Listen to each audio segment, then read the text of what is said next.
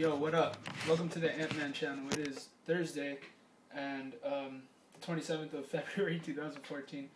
Man, if I could get it right one day, whew. But anyways, man, I just saw an amazing video. This is from clashdaily, and I'm going to put the link on this video because I want you all to watch this. This is a destruction. Boom! Ravi Zacharias completely destroys moral relativism by Wes Walker.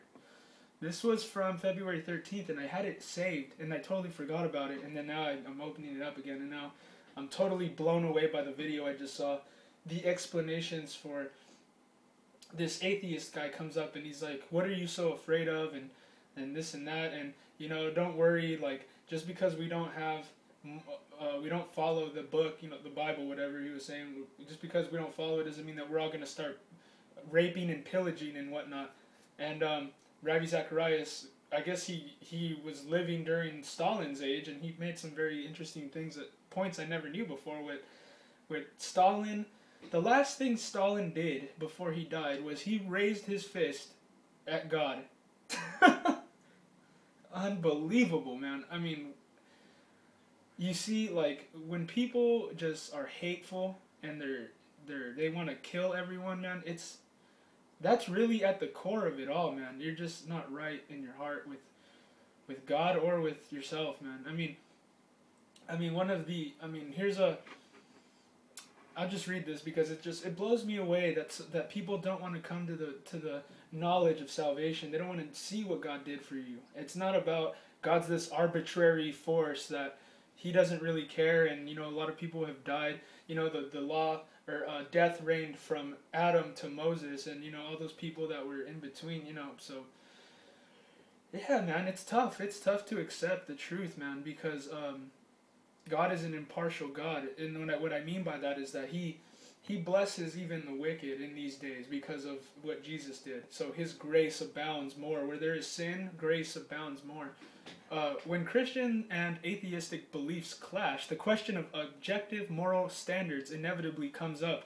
Amen. I mean, I can't get away from it because that's really at the core of what we are about. Like, if you meet an apologist, or if you meet a guy who is a creationist, or you meet a guy who is, you know, he's into history and all that stuff, the core of what we believe in is that we want to get you to know the truth. But there are these tools like history, science, and all different types of things, apologetics, and what else, you know, so many things that we can use as tools to kind of break the ground up so that we could sow seeds, you know what I mean? And it's a good thing. And I mean, it's hard to wrap my head around people who just, you know, they reject the gospel. They reject it, and it blows me away, man. It's just what I think is that they've grown up being told that it was nonsense, and because of that, they never really went into really looking for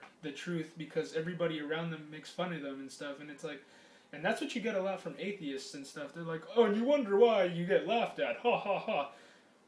It's like, you're living in your own world, dude, and everything that you think is in your own head, and I'm not even affected by it. I'm just kind of like watching you guys go down the broad road, and I'm just trying to call out to you guys, and you guys are just, shut up, Christian.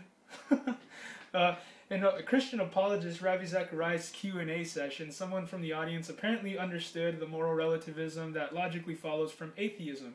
Rather than argue that atheism actually does have objective morality, he took a different approach. He didn't go to natural law or any of the other assertions atheists normally lean on to support their ethical systems. He went a different route completely. The questioner asked why it would be so bad if we were all moral relativists. What does it matter? What do we have to fear? The poor guy didn't even see it coming. In his typical quiet dignity, Ravi Zacharias exploded his argument in a simple question only 7 words long. He could have stopped there, but then he took time to break down step by step some of the wrong assumptions in the question. Well, I mean, I'm gonna put the link so you guys could watch it because it's an amazing video, amazing explanation from Ravi Zacharias. To be honest with you, this is the first time I've ever heard this guy, and I've heard a lot about him, but, you know, I've never really took time to really listen to the guy talk about anything. But He's pretty smart, man. And we have history to help us know the difference between being moral and not being moral. We have history to show us that. I like how Ken Ham breaks science down into two categories: historical and observable. We can observe the things of God. All of the qualities of God are invisible. His eternal power, His statutes, His law, everything about Him is invisible. It's a virtue. It's a thing that exists in your soul, in your spirit, in your mind, in your body, and you can't really bring it out into physical existence unless. But that, what we call that is fruitfulness. But that's a whole different thing. But you know what I mean? It's we have history to help us understand that when we turn away from God, when we know what happens to people when they turn away from God. It's like we have. Do you remember the story in the Bible where the Israelites were carrying the Ark of the Covenant? That's kind of like how I see it. Like if you have the Ark of the Covenant, you got God with you, and you're powerful, and you're protected, and you're gonna grow, and you're like a tree planted by the river. You know, it's all this stuff, practical stuff for you to know.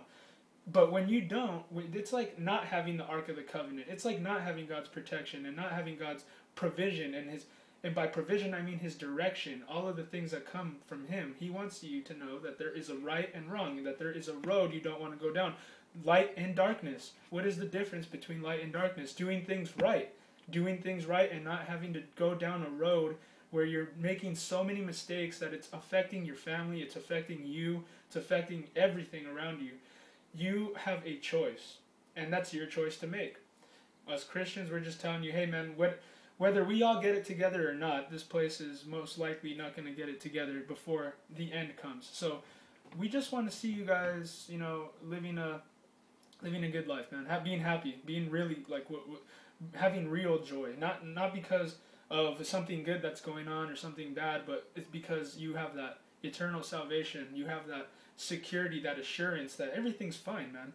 You got to have a really strong conscience or a really strong consciousness that God is really there with you. He's walking with you. He's present right now. You got to have that consciousness. And then you shall not fear anything. You will not fear anything.